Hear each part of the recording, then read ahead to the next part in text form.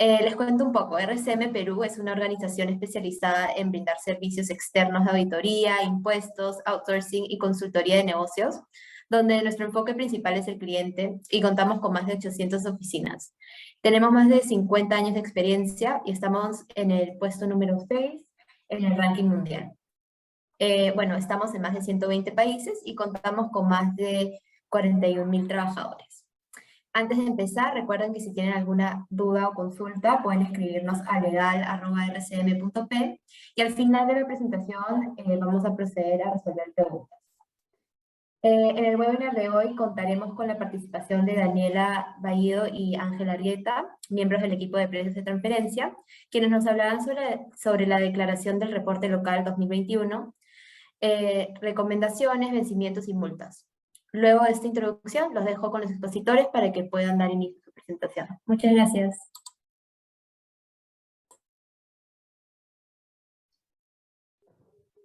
Buenos días con todo, gracias Ariana. Bueno, como ya fue introducido, el tema que vamos a tocar el día de hoy es el reporte local, dado que nos encontramos próximos ya a su vencimiento en junio. Siguiente diapositiva, por favor. Sí, siguiente. Sí, a ver, los vencimientos del reporte local inician el 15 de junio y tienen programado su declaración hasta el 23 de junio, dependiendo del último dígito del RUC de cada compañía que se encuentre o no obligada. Mencionarles también que el reporte local es una obligación formal que se realiza de manera anual, se realiza todos los años. No es que si se presentó anteriormente ya el siguiente ejercicio o el subsiguiente no se debe presentar, no, eso es totalmente equivocado. Es un reporte que si cumple algunos requisitos que vamos a ver más adelante, la compañía deberá presentarlo de manera anual.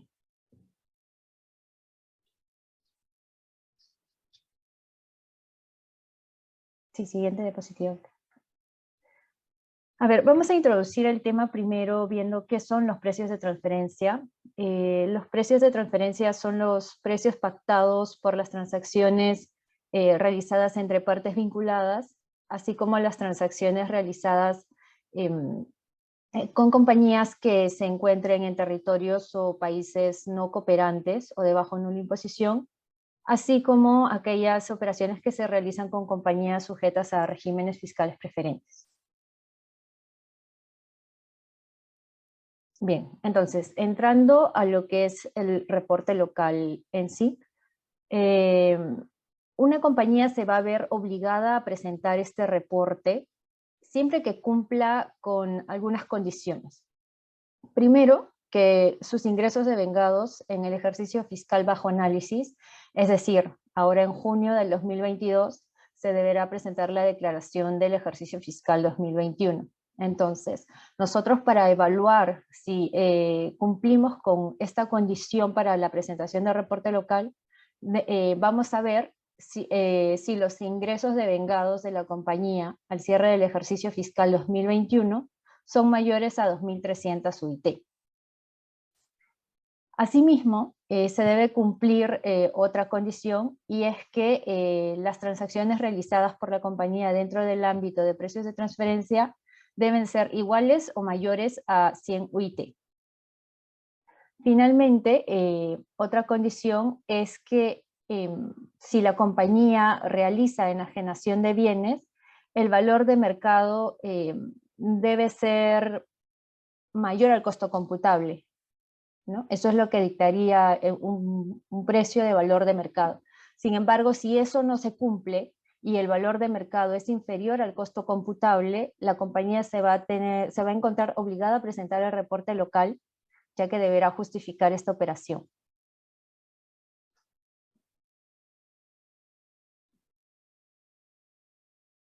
Ok, como les mencionaba anteriormente, la primera condición es que la compañía presente ingresos devengados superiores a las 2.300 UIT. Para el análisis del ejercicio fiscal 2021, la compañía tendría que presentar ingresos devengados iguales o mayores a 10.120.000 soles. Pero ¿cómo identificamos estos ingresos? ¿Dónde o qué debemos tener en consideración al momento de identificar estos ingresos devengados? Bien, en los estados financieros de la compañía al cierre del ejercicio se deberán sumar o tener en consideración las ventas netas, otros ingresos que se hayan generado durante el ejercicio, así como ingresos financieros y, de ser el caso o de haber, las diferencias del tipo de cambio siempre que éstas sean positivas. Siguiente, por favor. Bien, vamos ahora a la segunda condición. La segunda condición es que las cuentas por cobrar y así como las cuentas por pagar, es decir, las operaciones de ingreso y las operaciones de egreso que haya tenido la compañía, deberán ser iguales o mayores a 400 UIT, a 100 UIT, perdón. Esto llevado a la moneda nacional serían 440.000 soles para el ejercicio fiscal 2021.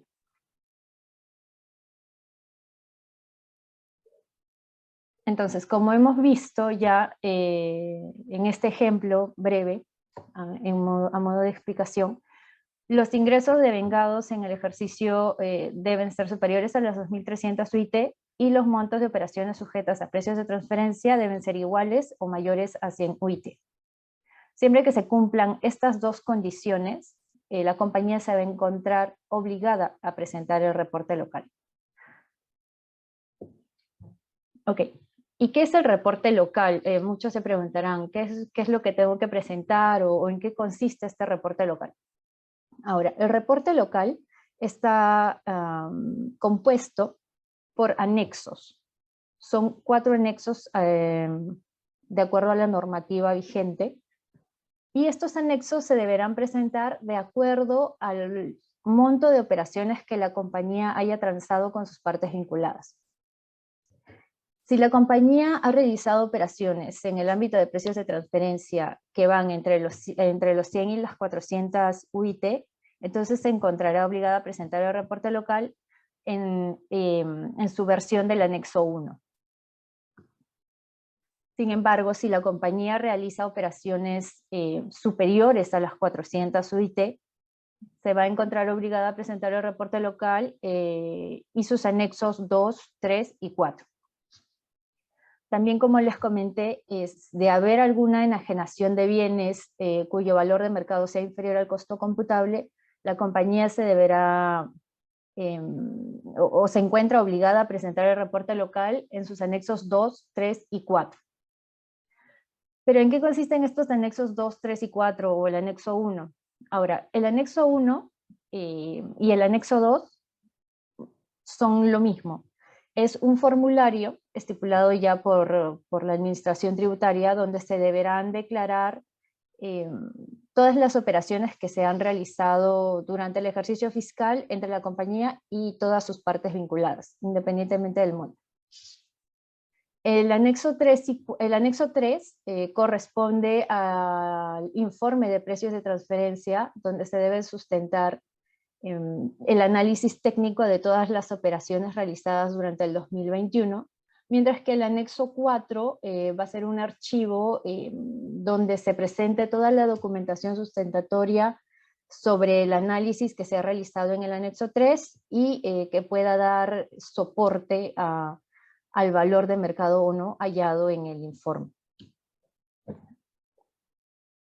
Listo, entonces quería acá poner unos casos muy breves, a manera de que todos podamos entender en qué consiste o cómo, o cuáles serían los documentos que yo tendría que presentar si es que me encontrase obligado. Entonces, en el primer caso, tenemos a la empresa A, dedicada a la venta de mercadería farmacéutica, con ingresos devengados durante el ejercicio fiscal 2021, ascendentes a 80.980.000 soles. Esta compañía vendió mercadería a sus partes vinculadas por un monto ascendente a 54.945.000 soles. Los mismos que fueron registrados contablemente durante el ejercicio fiscal 2021. Entonces, ¿cuáles son las obligaciones en precios de transferencia de la empresa A? Como hemos visto, se deben cumplir condiciones. El primero es que los ingresos de vengados hayan superado las 2.300 UIT. Y como hemos visto, o como podemos ver en el enunciado, la compañía presentó ingresos ascendentes a 80 millones aproximadamente, por lo que se estaría cumpliendo la primera condición. Ahora vamos a la segunda condición. La compañía realizó operaciones en el ámbito de precios de transferencia por un monto de 54 millones aproximadamente. Entonces, si vemos en el cuadro que está en la parte inferior derecha, podemos ver los límites, ¿no? Los límites para poder conocer cuál es el anexo o cuáles son los anexos que debemos presentar. Ahora, la empresa, al haber realizado operaciones con partes vinculadas mayores a las 400 UIT, es decir, mayor a 1.760.000 soles, se va a encontrar obligada a presentar los anexos 2, 3 y 4. Ahora, en el segundo caso, la empresa A tuvo ingresos de vengados superiores a las 2.300 UIT, 80 millones, y tuvo operaciones en el ámbito de precios de transferencia por un monto de 1.245.000 soles. Entonces, vemos que se dio así como la segunda, solo que en este caso, al presentar operaciones de 245.000 soles, se encuentra en el rango de entre 100 y 400 UITs. Entonces, le corresponderá presentar el reporte local en su anexo 1.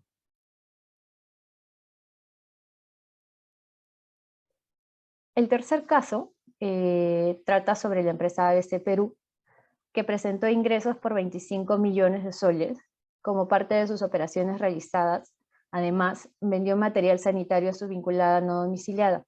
El precio pactado fue de 200.000 soles. Sin embargo, el costo de dicho material para la compañía ascendió a 300.000 soles. Entonces vemos que ha realizado una venta a su vinculada por un monto inferior al costo. Entonces, ya que la empresa cumple con el primer requisito, la primera condición, que son ingresos de vengados superiores a los 2.300 UIT, vamos a ver la segunda condición. Y es que hay una enajenación de bienes por debajo del costo. Entonces, al configurarse o al verificarse esta operación, la empresa se va a encontrar obligada a presentar el reporte local en su versión de los anexos 2, 3 y 4. Bien, ahora, como ya les estaba mencionando, cada anexo del reporte local requiere cierta información. Ya mencionamos que el anexo 1 y 2 requiere un listado de todas las operaciones y los montos de las operaciones realizadas entre las partes vinculadas, mientras que la información del anexo 3 es mucho más amplia, mucho más detallada, requiere tal vez, digamos, más énfasis en la parte de información cualitativa de la empresa. De hecho, en el Decreto Supremo 333-2017 ya se enunciaba o se enunció cuáles fueron o cuáles serán la información que deberá consignarse en este anexo 3.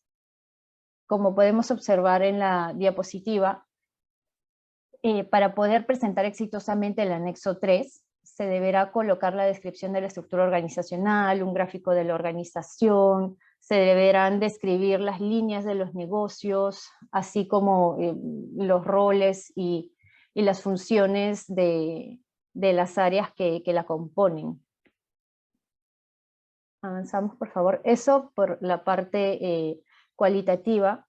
También en la parte cuantitativa del anexo 3 del reporte local se deberá consignar, sea la operación, un detalle, una descripción sobre la operación, entre quienes se realizó, si es que tiene algún contrato vigente, la fecha de estos contratos, el plazo, así como el monto. También se deberá consignar los montos pagados y o cobrados por cada operación, así como el análisis técnico de precios de transferencia y su debido sustento.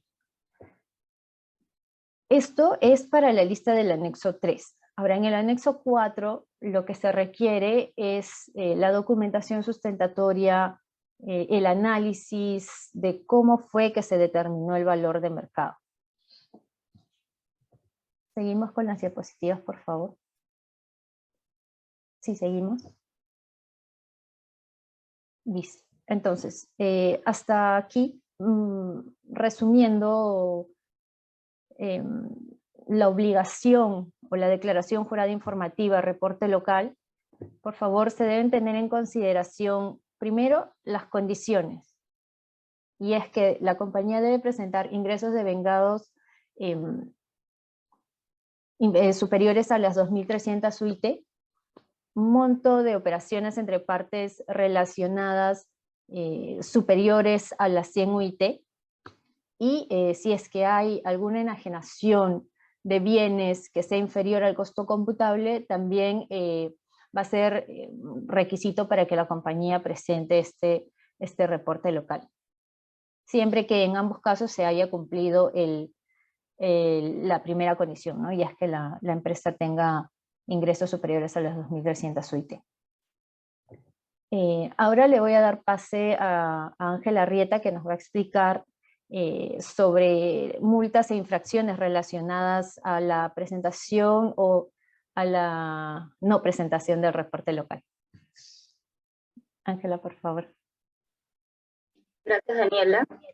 Entrando al punto de multas e infracciones en el reporte local, como ya lo mencionó mi compañera, el vencimiento de la declaración jurada informativa reporte local inicia este 15 de junio. ¿Cuáles son los supuestos en los que los contribuyentes pudieran incurrir en infracciones relacionadas a precios de transferencia en atención al tema que acabamos de ver? Siguiente diapositiva, por favor.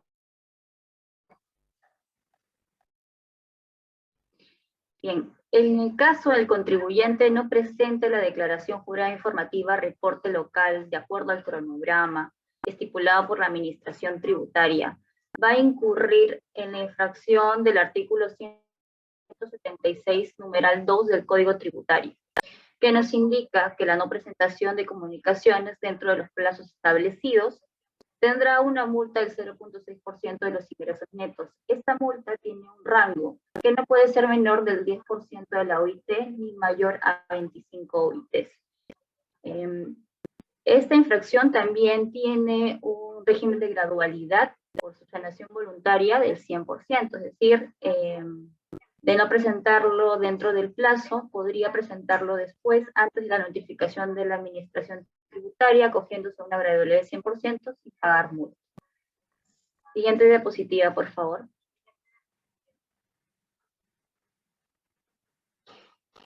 En este caso, por la no presentación de la declaración o la presentación de la declaración incompleta, se puede dar el caso que el contribuyente presente reporte local, pero no haya contemplado el total de las operaciones en el ámbito de aplicación de precio de transferencia. Esto se debe a quizás una mala determinación o aplicación de los criterios de vinculación de la norma del artículo 24 del reglamento de la ley del impuesto a la renta, o no tener claro bien cuáles son los países no cooperantes, los países de bajo nula imposición o los países que tienen regímenes fiscales preferentes. En este caso, el contribuyente estaría incurriendo en una infracción del artículo 176, numeral 4, donde se aplica una multa del 30% de la UIT, que de igual manera se podrá subsanar voluntariamente con una gradualidad del 100%. Siguiente diapositiva, por favor. Bien, estas dos infracciones que vamos a ver a continuación, la que pueden ver en pantalla, están relacionadas con el hecho de que el contribuyente no brinde información frente a una fiscalización a la Administración Tributaria. de no presentar la información que la administración tributaria le solicite, el contribuyente incurrirá en la infracción del numeral 177, numeral 5, por la no presentación de la documentación solicitada de parte de la administración tributaria en medio de una fiscalización. Esta multa corresponde al 0.6% de los ingresos netos, también con los límites de un mínimo del 10% de la OIT y no mayor a 25 UITs. Siguiente diapositiva, por favor. Otra de las infracciones vinculadas con el hecho de no permitir el control de parte de la administración tributaria es la de no presentación de documentación de respaldo, que hace referencia al artículo 32A en su inciso G, que nos habla específicamente de obligaciones formales, ¿no?, y declaraciones informativas. Entonces, si no brindamos información de soporte de estas declaraciones en el idioma castellano, estaríamos incurriendo en esta infracción del artículo 177, numeral 27, que nos acarrea una multa del 0.6% de los ingresos netos. Nuevamente con los umbrales, ¿no? No puede ser menor del 10% de la OIT ni mayor a 25 UITs. Siguiente diapositiva, por favor. Bien, esta multa que podemos ver a continuación es por la determinación de una base imponible diferente. Es si producto del resultado que arroja el reporte local se determina una base imponible diferente a la consignada de la declaración jurada del impuesto a la renta, por no incluir quizás en su declaración ingresos, o declarar datos falsos, o de repente circunstancias que influyan en la determinación del impuesto, generar aumentos indebidos de saldos. La multa correspondiente para esta infracción es la del 50% del monto emitido o el 100% del obtenido indebidamente. Siguiente diapositiva, por favor. Bien, vamos a hablar un poco sobre el test de beneficio. Primero, hacer la distinción del reporte local y el test de beneficio, que es una pregunta recurrente de parte de los contribuyentes. El reporte local versa sobre operaciones en el marco de aplicación de precios de transferencia, donde se realiza un análisis por operación a fin de determinar si dicha operación se encuentra o no valor de mercado. Dentro de estas operaciones se realiza el análisis, y a diferencia del test de beneficio, donde nosotros realizamos un análisis más a detalle sobre operaciones en específico de servicios recibidos de partes vinculadas. Y se evalúa costos y gastos, la relación del costo y gasto, la fehacienza del servicio, que efectivamente el servicio le brinde a la compañía un beneficio económico o comercial. Antes, la administración tributaria no exigía que el contribuyente proporcione información con determinadas características para la deducción. Tampoco establecía un límite o prohibición, siempre que el contribuyente cumpliera con el valor de mercado, es decir, siempre que el contribuyente presentara la operación en su reporte local de precios de transferencia. Pues ahora la administración tributaria exige como requisito para la deducción de los costos y gastos que los servicios recibidos cumplan con este test de beneficio, ¿no? Y así puedan ser acreditados tanto el servicio con sus respectivas documentación y también los costos y gastos. Siguiente diapositiva, por favor. Entonces, al igual que vimos para el reporte local, también el test de beneficio en su desarrollo, cuando nos arroje un resultado que no esté de acuerdo en lo que el contribuyente haya declarado en su declaración jurada del impuesto a la renta, va a incurrir en una multa, que también es del artículo 178, numeral 1, sobre el monto indebido que se pudiera haber calculado. De igual manera, el importe de la multa es el 50% del tributo omitido o el 100% del obtenido indebidamente, ¿no? ¿Cuáles son las recomendaciones? Las recomendaciones es realizar el test de beneficio en su oportunidad. También es mantener toda documentación que pudiera dar respaldo a este servicio, quizás cotizaciones, registros contables, hojas de cálculo, que pudieran dar respaldo a que efectivamente el servicio se prestó y que la compañía lo necesita.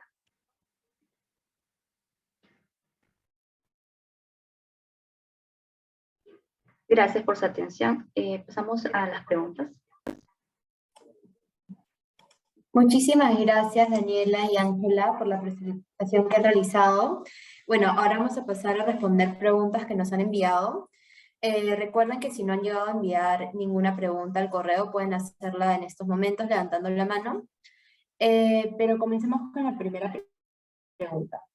Si mi compañía ha recibido servicios de una vinculada, pero aún no se ha realizado el test de beneficio, ¿eso tiene alguna incidencia en el reporte local? A ver, sí hay, digamos, una incidencia.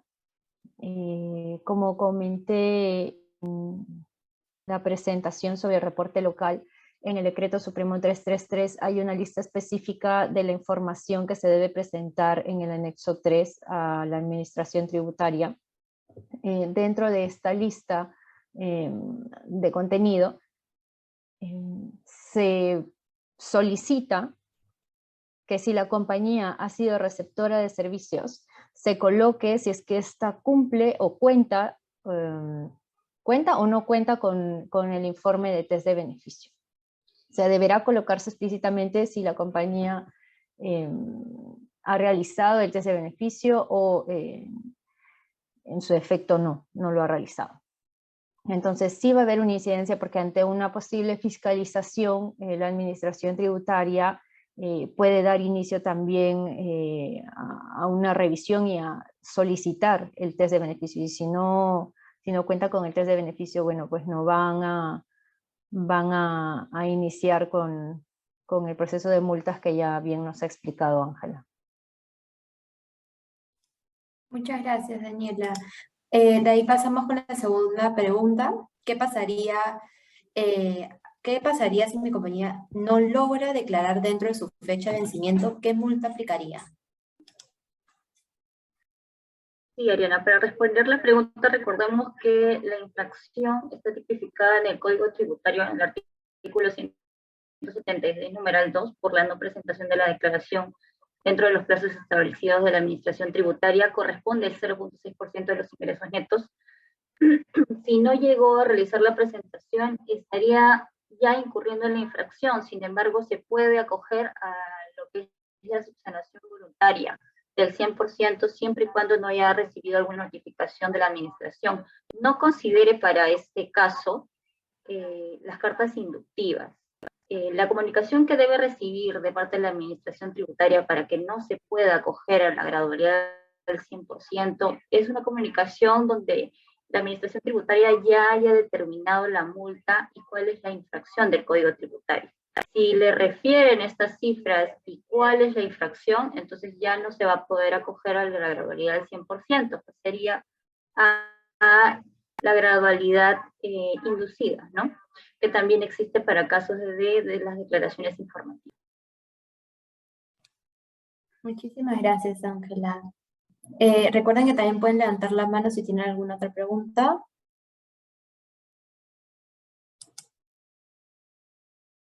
Si no, muchas gracias por las respuestas. Para finalizar, recuerden que también nos pueden encontrar como RCM Perú en nuestras redes sociales. Tenemos Instagram, LinkedIn, Facebook, Twitter y YouTube, donde realizamos publicaciones sobre temas legales, contables, de recursos humanos, noticias y más. Y nada, muchas gracias por conectarse y los esperamos en nuestro próximo jueves de webinar en RCM Perú.